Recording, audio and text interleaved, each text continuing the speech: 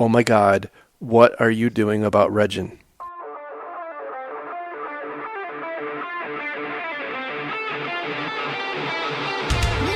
Obamacare hasn't given you that much power yet. These IOCs predate the JFK assassination. And they've finally been declassified. These IOCs were initially discovered by Teddy Roosevelt. All right, want to try this again? Yeah, let's try again. Today is December 3rd, 2014, and this is episode 95 of the Defensive Security Podcast. My name is Jerry Bell, and joining me tonight, as always, is Mr. Andrew Callett. Good evening, Jerry. And if any of you are curious about the glamour that is podcasting production, this is our 73rd take of this show. That's true. I mean, makeup totally screwed up the first time. Yeah. Pyrotechnics. Yep. They blew a couple of them, no pun intended. And then there were some green jelly or green M&Ms that didn't work out. Anyway, how are you tonight, Jerry? I'm doing great. How are you? I'm good. I got a new toy. I got an iPhone 6, so that's my new nerd toy for the day. So that made me happy. Well, welcome to the 2014s. I believe in consumerism leads to happiness. Apparently. Awesome. We're happy that you're a good materialist. Otherwise, no, it's good. It's December, so work is crazy busy, but it's all good. All right. So let's jump into our stories. The first one we've got, and actually there's two stories that are related. Both deal with hijacked domain registrars. And the first one is about Craigslist. Comes from WeLiveSecurity.com, which is ESET's blog. This title is Craigslist Redirected to Prank Site via DNS Hijack. And in this particular story, someone hijacked Craigslist, and I think this is probably pretty well known. And the person that did this actually redirected the domain to, I think it was kind of a bit of a shady forum. And Craigslist may, I imagine, get a little more traffic than that forum is used to handling, and so it crashed. But kind of switching gears to the other one, the Syrian Electronic Army, as reported by Naked Security, hijacked the Gigya comment platform, which is pervasively used by a whole bunch of high-profile sites like CBC, CNBC, Forbes, OK Magazine, the Chicago Tribune, the Daily Telegraph. I mean, on and on and on. It's a very, very commonly used comment platform. And apparently what happened was Gigya's domain, again, in grand SEA fashion, was compromised and redirected to a site controlled by the SEA. And what they conveniently did was, if you visit one of those web properties, you got a message in a pop-up window that said that you had been hacked by the SEA. So this is another example, or I guess two back-to-back examples about how important it is to have really, to have good protection around your domain registrar accounts. And I would imagine that the SEA attack was probably a little more sophisticated than the attack against Craigslist, because we know that their tactics are a little more refined, I would imagine. The other is, in my mind, Gigya points out a flaw I think a lot of people have, or a lot of potential flaw, I should say, that a lot of web properties have, in that they're relying on third-party providers that you don't necessarily have control over. And I think they're becoming a more and more attractive consolidation point of attack for these kinds of hacktivists or hackers, and so that's something that I think the proprietors of websites really need to be aware of. I don't know exactly how you effectively mitigate against that, but you really need to you need to be aware of the threat and the possibility, I suppose. Well, it all depends on how they're authenticating, right? And there are services out there that will monitor, for instance, changes to DNS. You can also make sure that you have hardened authentication protocols and password recovery techniques against those passwords. It seems that most of the SEA stuff, it shows them logged into the actual dashboard on GoDaddy. I don't think there's a fundamental flaw in GoDaddy. I think they're somehow stealing credentials or stealing, the perhaps the email that is the password reset is being set to, something like that. So I think it comes back down to basic credentialing with those guys.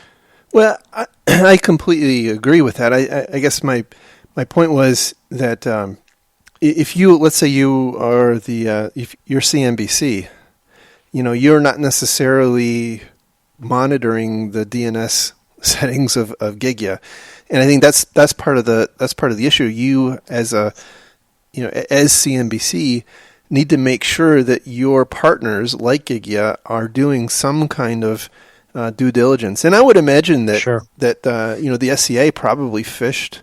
They have pretty well established MO on how they do this stuff, right? They send pretty convincing phishing emails, and I'm sure they sent something that looked very convincing to the email address on file, and. Well, it's certainly a heretical suggestion, but for really critical stuff, you could ignore DNS and go with host files. I mean, that could break some other stuff, right? You're then relying on your partner to not change IP addressing. Yeah, I guess it kind of depends on how the content is delivered. I suspect, although I don't know, I suspect though that some of this stuff is just an iframe or oh, sure, yeah. So it's the endpoint doing the DNS. Right, exactly. Yeah, that's a good point. Clearly, I'm tired. But I could be wrong. I mean, I don't know how IP works. I'm sorry. Networks are hard. But if it is something that is included, at the head end, then I think you're right. That would be a good choice. Yeah, it's that's a tough one. The other thing I'm thinking about is there are services out there that monitor for uptime and such for websites. I wonder if any of those could be leveraged to watch for redirects, but that takes a lot of logic because you're updating those sites all the time anyway. I would probably have to do some research on this one. I don't have a good plan off the top of my head other than just really good monitoring. But I think the net point is you got to, I guess, a couple of points, right? Number one is you got to be aware that it's not just you. It's not just necessarily your infrastructure that you have to worry about. It's also your partner infrastructure, and I think that's been kind of a common theme through a lot of the issues in 2014 that we've seen. So that's a big. I think that's a big lesson. And the other is, in both cases, as far as we know, there wasn't anything malicious. There wasn't any malicious content delivered, right? And it's not hard to imagine that they could have, right? Sure. So makes a nice drive-by download watering hole kind of thing. Exactly. We've seen that with advertising networks being co-opted to serve malware on good sites, that sort of thing. Yeah, certainly we've seen that before. Exactly. The other thing is, realistically, this problem is going to get worse, not better, because we used to be in an environment where we would get a good plug-in and plug it into our own content management system, our own website, and manage all that locally. Well, with the move to the cloud, everybody's sort of just picking pieces of different services and shoving them into the pieces of their website. So it's likely to get worse. Yep. And be a bigger concern than to get better. Absolutely. So moving on to our next story. This one comes from the Register. The title is U.S. Parking Operator. Yep, hackers got your names, credit card numbers, secret codes, and card expiration dates too. So this firm called SP Plus operates about 4,200 parking facilities across the U.S., or actually I guess it's across all of North America. But apparently 17 of their sites had their credit cards or credit card information stolen from their point of sale terminals through what appears to be the ever present RAM scraping malware. And what the company has said is that the maintainer, the provider and maintainer of their point of sale systems, I guess at least at these 17 sites, someone inappropriately used a remote access, what they call a remote access tool. Don't know exactly, who that is. They inappropriately accessed a remote access tool and connected to their point of sale systems and installed some malware, which for some period of time stole an unknown number of credit cards and all associated data. And once again, notified by... Not them. They didn't find it. Right. Common point of purchase. Fraud algorithms save the day again. Well, at least they've got a finite issue to look at, right? When they're doing fraud algorithm at the credit card processor, they've got a somewhat solvable problem. But yeah, once again, here we go. We've got another big breach, lots of data being exfiltrated, and no detection, no knowledge of it whatsoever until a third party identifies it, and then they bring in a leading forensics security company. I was, as I was reading this, I was left wondering what kind of footprint this parking facility operator actually has from an IT perspective. I.e., how much of this have they actually outsourced to to their unnamed point of sale provider? And I just wonder if they thought they were covered because they've just wholesale outsourced that whole shot, and then hey, here comes somebody flying in saying that you SP Plus have been the source of a bunch of credit card fraud, and they're holding the bag. So I wonder about that. That's an interesting question. But again, it goes to show that vendors are becoming a very key weakness in the chain. Well, not to be cynical about it, but I'm kind of left thinking yet again, nobody cares, right? At the end of the day, we're seeing it with Target, we're seeing it with Home Depot, we're seeing it with TJ Maxx. It doesn't seem yet to be materially negatively impacting their business enough for them to care. And most of the consumers out there who are hit by this are, I think, becoming just fatigued with this to the point where they're growing numb, and they're just assuming that this is just going to keep happening. And they're annoyed by it, but I don't think it's going to drive any real change. I don't know. I maybe that's a cynical viewpoint. No, I think you're probably right. There is an interesting thing happening. We're not covering the story, but Target told a court in one of their lawsuits. They told the judge that they were under no obligation to protect, or they have no relationship with the banks that were suing them to protect their card data. Because they don't have a contractual relationship with those card issuing banks. They have a relationship with their merchant processor, and so that they have an obligation to them. But the merchant processor probably didn't incur a whole lot of loss because the fraud algorithms kicked in. And so I think in the case of Target, as I recall, it was somewhere around 2 or 3 times the amount of money was lost in reissuing cards as was lost by fraudulent transactions. And so that's an interesting case. If that, if there is a court precedent where retailers who screw up become liable to compensate these issuing banks for their losses, that could change the dynamics a little bit, because now these retailers would actually have something around their neck when one of these breaches happens. Yeah, it's a good point. I'm also thinking, it's almost a game of chicken. Dig, if you will, the picture. Target says, we're no longer accepting MasterCard, Visa, or Amex. is almost mutually assured destruction at that point. Yeah. Visa, Amex, MasterCard are not going to shut off Target. They make way too much money off those transactions. Target's not going to stop accepting them because they will lose their customers. The customers are now grown used to it. They want that convenience. They're not going to go back to paying with cash and check. So they're kind of in, a death embrace here. And so they're not going to get that belligerent with each other because they need each other. That's a good point. So I don't know. It's a tough, when you really look at PCI and you really look at that sort of stuff, they have the option of denying that organization the option of processing credit cards. But, you look at a major retailer, there's no way they would ever do that. It would be suicide. Yeah. Yep. So I don't know. It's a weird problem.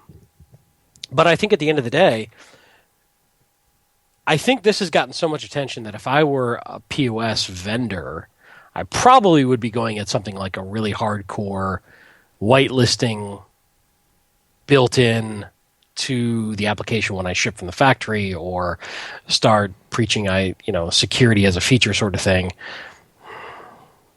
Yeah, and managing your authentication better.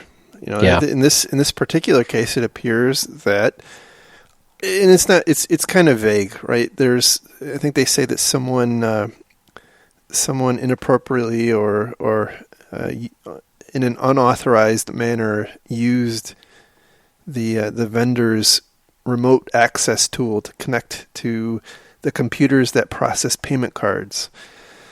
And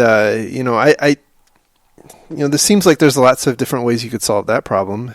That this is a pretty well-worn, well-trodden issue.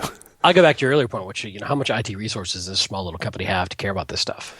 Well, but again, this is the vendor, right? This is right. So right. The vendor, I think part of the issue is that the parking operator, SP Plus, at some point needs to know the questions to ask their vendors. And if you're completely in the dark and ignorant about this, but is that reasonable? Well, that's the question, right? That's the core problem. If they don't know to grill their provider, how does it get better? I don't know. But if I'm Bob's parking garage and I outsource my credit card processing to somebody else, man, that's a solved problem. I got other stuff to worry about now. You know what we need to do is start like an outsourcing concierge service. We'll grill your outsourcer for you? That's right. No, but I don't mean to be cynical about it, but I just don't think that the vast majority of small businesses in this country have the time or the knowledge or the resources to care this deeply about InfoSec, that they're really going to be pushing their vendors to be, and this is where then, of course, we fall back to, okay, well, that's why PCI exists, right? So that we've got a common standard platform of security baselining for anybody handling credit cards. Yep. I don't know. Blah, blah, blah. It's just rinse, repeat. I think we're just going to keep seeing these until the fundamental credit card system changes. Chip and pin or something. Yeah. And even that has issues. So I don't know. I don't think small businesses have got a lot of opportunity to make it better because they're too busy with too many other things and they're stretched way too thin. I do not disagree with you, and I guess I was only half kidding about the concept of a concierge kind of concept, but at the same time, they do it at the peril of being, SP Plus, being reported in in international newspapers. I mean, in theory, the free market could eventually solve this, right? If I'm this parking garage company, I stop using that credit card processor and use somebody else who maybe is more secure. But that's a very, very, very long-term solution. That takes a long time to happen. And I think at the state things are changing so rapidly, I don't think we'd ever get a state of stasis long enough to have the free market care this much about security. There's just too many other concerns. Yep, I agree with you.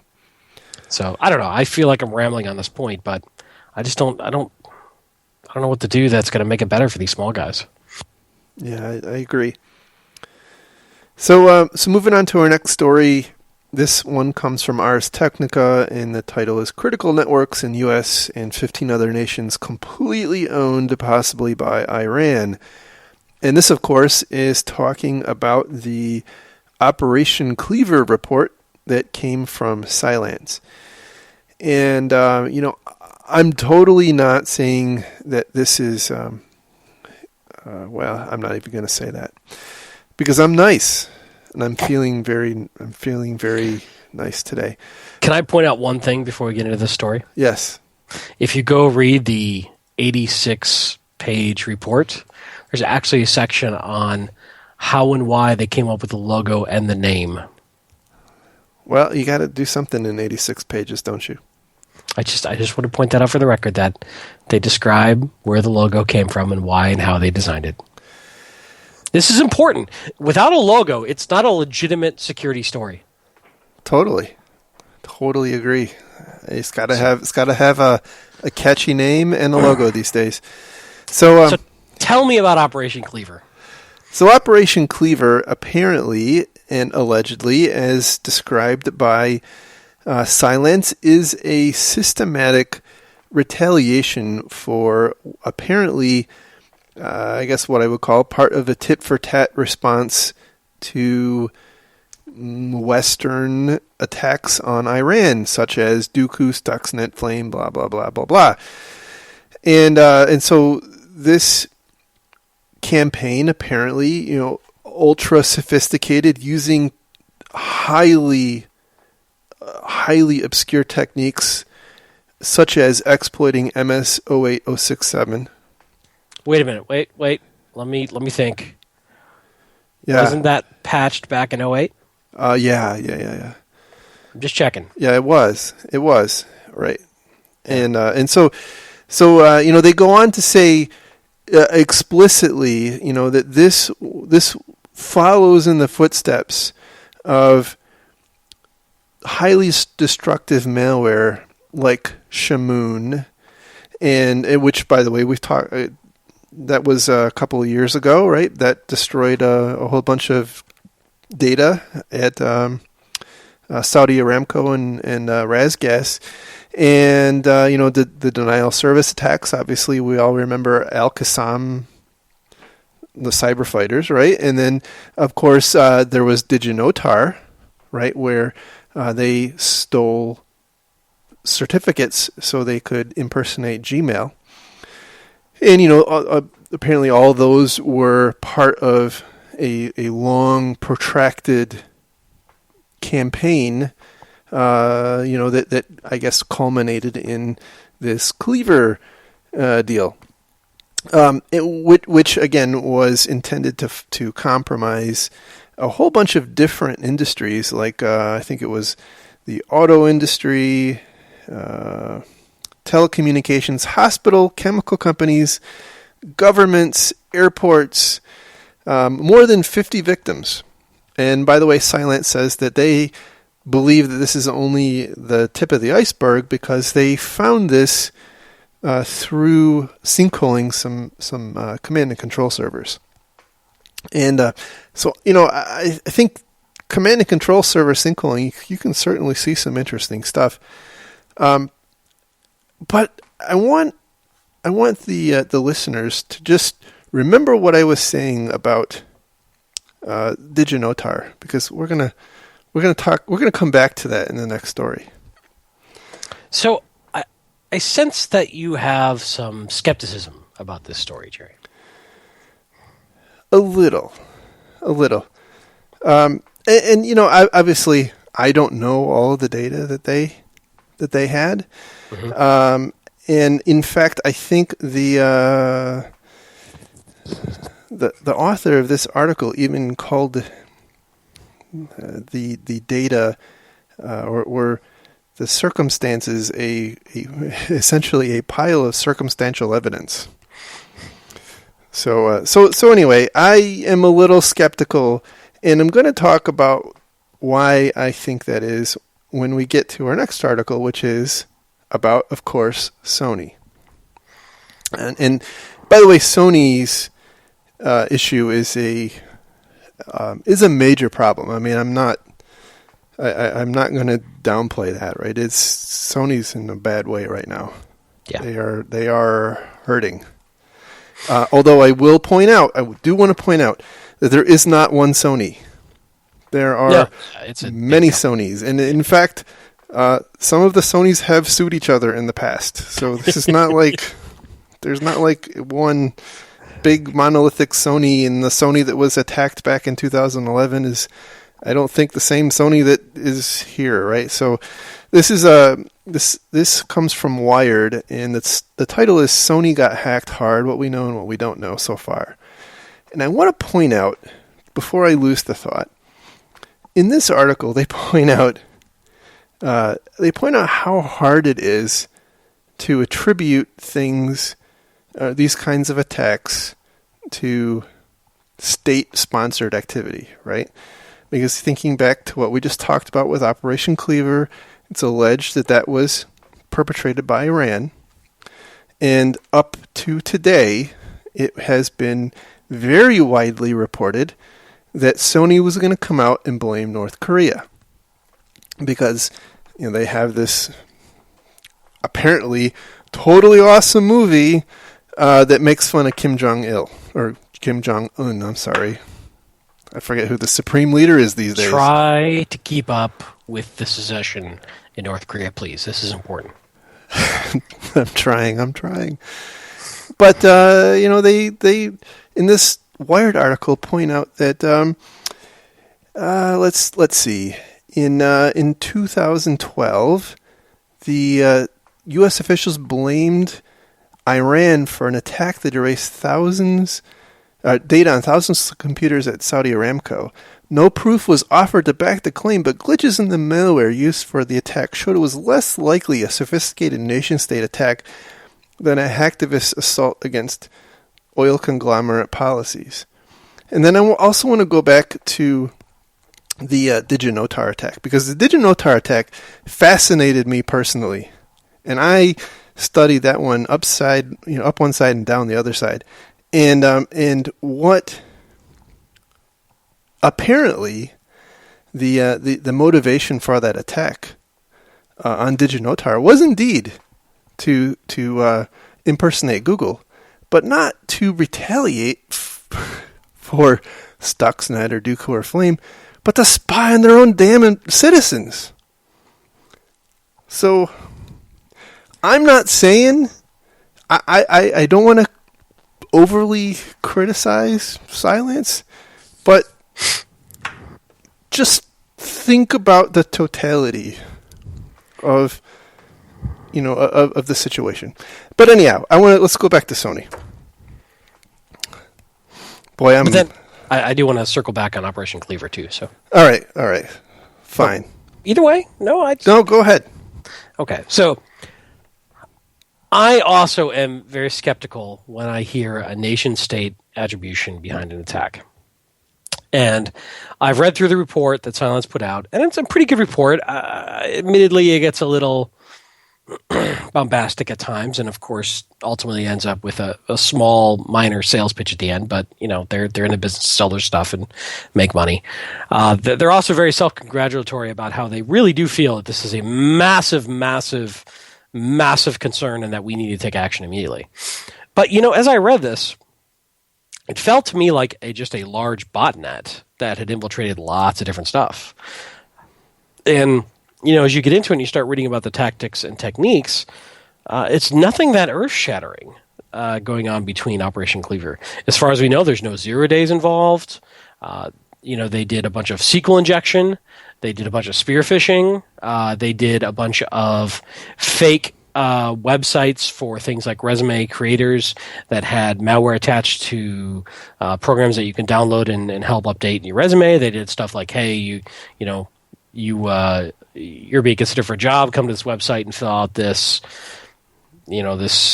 submission form for your job information. Stuff, that is, for the initial compromise is very common, known to many people, nothing too earth-shattering here. Once I got inside, it's a lot of privilege escalation and pivoting. Again, very common, nothing that earth-shattering. Yes, they're in a lot of really, really important organizations and apparently have really owned them badly, which again goes back to the fact that these organizations are massively failing to detect compromise. And when you look at how deeply embedded they got into these organizations, we are missing all sorts of opportunities for catching these guys' activity internally. But all that being said, ultimately, and I'm paraphrasing here, they say, given the sophistication of the infrastructure involved, the IP addresses involved, the amount of IP addressing that is being moved around, coming up, brought down, it's all assigned to Iran, all that kind of jazz. It must be a nation state. I don't know that I can buy that conclusion. I'm not saying that it isn't potentially backed by Iran, but I don't yet see that it has to be. You give me 10 good guys, they could easily do this. There's nothing I see here that requires nation-state level funding and nation-state level backing. Now, it doesn't mean that this isn't a group of hackers and such that are being funded by the Iranian government, or potentially even could be the Iranian government itself. They've been doing a lot to beef that up and beef up their I hate to use this term, but cyber capabilities. But I'm just... To come out and say authoritatively it is a government-run operation, I think is a bit of a stretch to me. But then again, I don't have any evidence to say it's not either. But to just say because of the level of sophistication it must be, I don't know that I agree with that statement. I have yet to see something in anything coming out on Operation Cleaver that tells me that it couldn't be just a good, skilled group. I mean, that was essentially my thought as well. I suspect if you were to look through the window of any botnet CNC, you're going to see a lot of really crazy looking stuff. And I would also say that there's probably something of a concentration of badly managed infrastructure, right? If one of the key attributes of their attack was exploiting MSO 8067, right, it's probably not a far stretch to think that they're probably not also monitoring their networks. So, well, the one thing that the Silence Report does point out that I think is somewhat interesting is that Iran has very, very, very tightly controlled their internet and their connections to the rest of the world. So you could argue that, at the very least, the Iranian government probably knows this is going on and isn't doing anything to stop it. Sure. I think that's fair. But I don't know. It's interesting. I think they're... I want to say this with all due respect to these guys because it's a tough job doing what they're doing, and I appreciate them putting out this information. But they definitely claim that this is one of the most dangerous, potentially life-harming hacks going on right now, and I don't know if I can go to that level of hyperbole. Well said. So, yep. But back to Sony.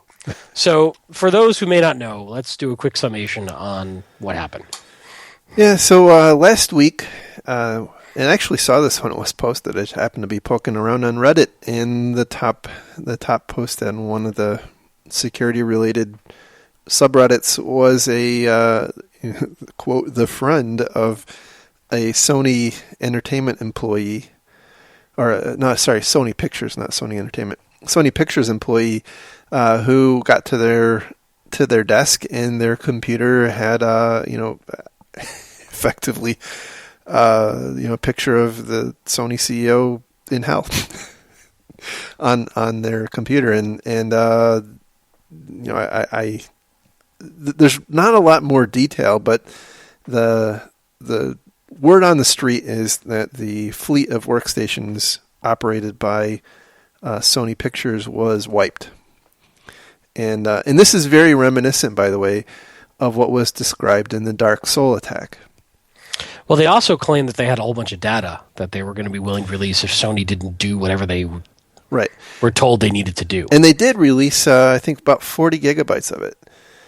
And so there's, this is a really damaging attack. So the attackers have claimed, I think the last I saw was they had affirmatively claimed to have stolen 11 terabytes of data. They've released publicly 40 gigabytes on different torrents and whatnot.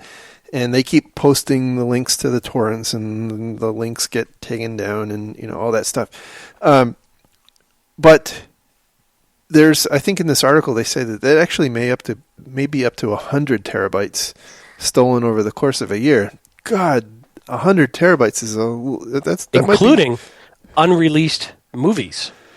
Yes, and apparently also pirated copies of other studios' movies.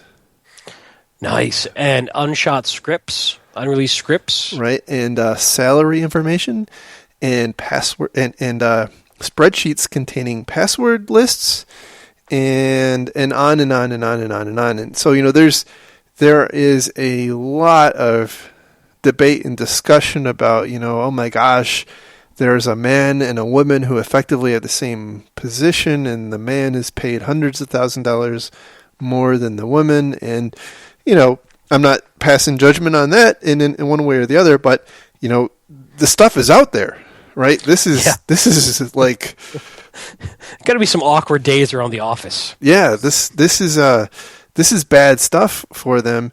It's not at all clear whether the 11 or 100 terabytes of data was deleted off of their systems, or was just stolen and published, or was it just the workstations that were deleted? Sony's being very tight-lipped about this. And there's a lot of speculation by companies like Recode, who, by the way, Recode is the one that's been saying it was definitely North Korea. Sony's going to come out and say it was North Korea. By the way, Sony today, December 3rd, is going to come out and say it was North Korea. And later today, actually a couple hours ago, Sony came out and said, I don't know why they keep saying this. We don't know that it was North Korea. So you're saying it's not North Korea? Well, I will say it. I mean, here's the problem with it being North Korea. I don't think they've got 100 terabyte of disk space in North Korea. The supreme leader has his ways. But in any event, I think the reason, I suspect, the reason that there's a lot of finger pointing at North Korea going on, and the reason people are so eager to accept that as an explanation, is that it looks and smells a whole lot like Dark Soul. Well, and it's sexy, right? Oh, they're about to release this movie that makes fun of North Korea, and then North Korea comes after them. It plays with reporters. Yeah, it's like the script to a movie. Oh, hey. Exactly. Maybe we just figured out the problem, didn't we? So seriously, though, again, it is very, very similar to what we heard about in Dark Soul, which was attributed to North Korea, and that, by the way, just for a refresher, was a pretty systematic attack against a number of media outlets in South Korea, which effectively at kind of all at once, a whole bunch of workstations and servers were deleted. I mean, they were nuked, and apparently they were nuked in such a way that they were very difficult to recover. And I haven't seen a technical analysis of the malware to know if under the covers it's all that similar to what was used in Dark Soul. Maybe it was, maybe it wasn't. Don't really know yet. Sony's being, again, very, very tight-lipped. I think up until today, they've just been saying, well, it's an IT incident. In the meantime, people are downloading unreleased movies and, talking about salaries of their executives, and all they'll say is it's an IT incident. Well, apparently the folks behind it, the group calling themselves the Guardians of Peace, emailed many members of the media with links to all the files. So clearly they wanted the media to be digging through all this stuff and embarrassing Sony in this way. as opposed to just dumping it on Pastebin and waiting for people to find it. True. Well, but they did dump it on Pastebin. Right. But then they pointed it out to people. Right. So I think one of the counters that they point out in this article is it's not really the MO of a nation state, a type of attack to proceed in this manner, right? Because if you were, to think about it, right, nothing they've done is actually going to prevent the release of that movie. So what you're saying is it was actually South Korea. Probably. It's a false flag. Totally. Absolutely. You heard it here first. World War III is going to be fought by pirating movies. I don't know what else to say. That's deep. You should write a book. I can't claim that. I saw it on Twitter. I don't remember who it was. So we don't know much at all about the malware. We don't know much about how they infiltrated. We don't know any of the technical details yet. No, I will tell you. There's been a lot of speculation. Well, there must have been an insider involved, and was there an insider involved? And maybe it was multiple insiders. Maybe it was all insiders. Maybe people. This was just a big, a big to do by people who were recently laid off or what have you. And, we don't really know, but I will tell you, if it is in fact impacting all their workstations, I bet you that in the end analysis, if we ever get to find out what the heck happened, it's going to have something to do with, some kind of configuration management or patching distribution or some type of system like we saw with Dark Soul. It's a home run kind of attack. That's where you want to go if you're going to do this kind of thing. And I bet you that's what'll end up being the case, but we'll see. Well, the FBI has put out a little bit, I believe, that they said that this malware has the capability to overwrite a victim's host master boot record and all the data files. Yes. Which is, hey, if your box has been compromised, some people just say you should reformat and reinstall anyway. So they're just helping you. They're helping you along on your re-imaging plan. That's true. And as I pointed out on Twitter, they were kind enough to back the data up to the cloud before they erased it. It's a fine point. This was a service. They just have to go download it again. Yeah, but this is. I gotta tell you, I've had some serious discussions with people like Martin Fisher and others this morning about this, and there's real. Amateurish, I'll say, because I'm involved at least, debate about what's the longevity of Sony Pictures now, because who's going to trust them? You think this is existential? I'm not convinced it's existential, but I'm saying that was the discussion that was being had, and if it does turn out to be an existential problem, I think that will pretty dramatically change the relationship between information security and management. I am highly skeptical that this would lead to the demise of Sony Pictures. I think, worst case, they would be a diminished company for a period of time. I've seen terribly bad companies hang on and survive for a really, really, really long time. So I think most likely they're suffering a huge morale hit right now. They're suffering a huge reputation hit right now. And they will recover. It may be 10 years from now, but I don't think Sony Pictures is going anywhere. Yeah, I'm not.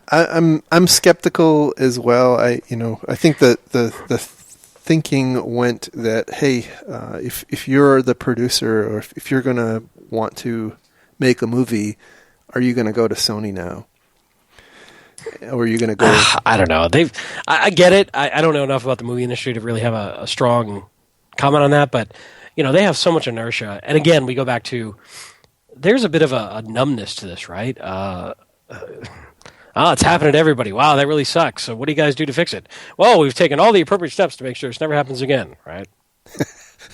And what I threw in was, I wonder if this is like the fired CEO analogy. If you get fired, if you're the CEO of a company and you get fired, you're not really downtrodden. You're still pretty hireable because you can portray yourself as having learned an important lesson, and now you've dusted yourself off and you can lead another company. And that's, I suspect that may be, how they move forward. Hey, we learned an important lesson. And, I don't know about Warner Brothers or any of those other studios. I wouldn't be trusting them right now because, they didn't go through this. Well, if you really look at it from somebody who isn't in the IT security world, right? We live and breathe this stuff, and so we've got our own echo chamber going on. Is this perceived like somebody smashed a front door and stole something? Or is this perceived as, a bad guy actively did this?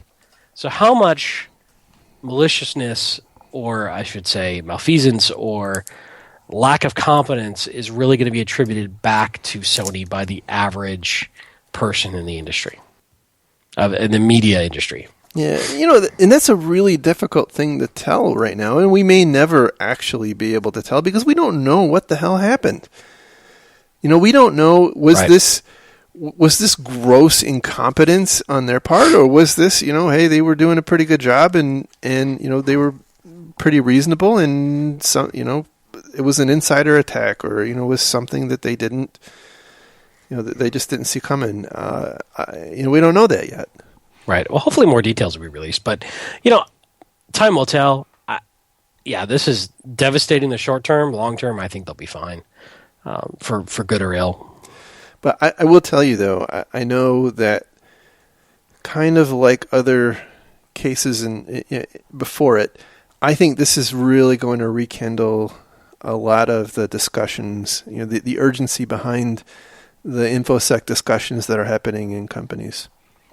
Because it's, at least here in the U.S., it's like this major cyber attack in our backyard, and I saw some headlines. I didn't write them down, but someone ran a headline about, the first major destructive malware attack against a company in the U.S.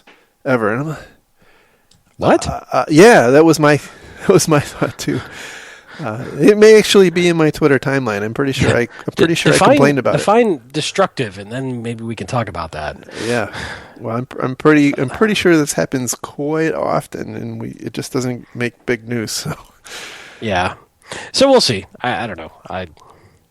I hope more information comes out. Right. I want to learn from this. I want to be able to take lessons away and see how this all came about, and hopefully that will be released over time.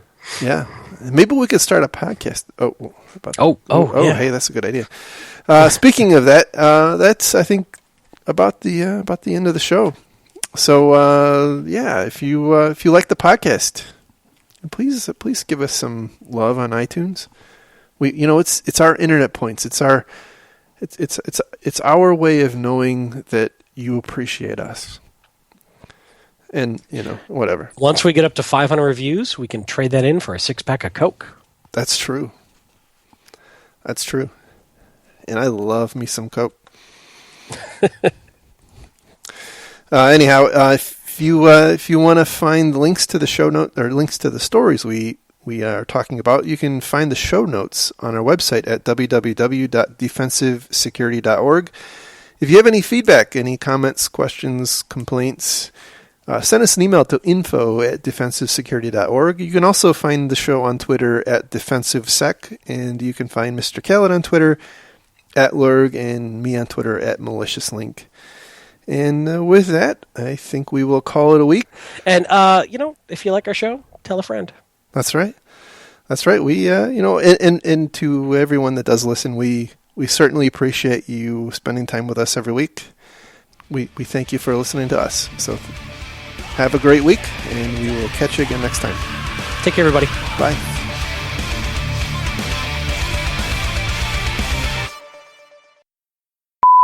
The entire time we were talking, it didn't happen once, and then we start the show, and it goes to shit. All right, let's do this shit. I forgot everything we're talking about. Well, that's good. I don't know what you're compensating for there, buddy, but...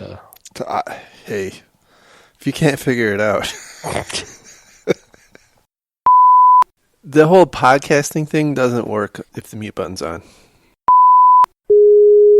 Hello? You're a minute early. Bye.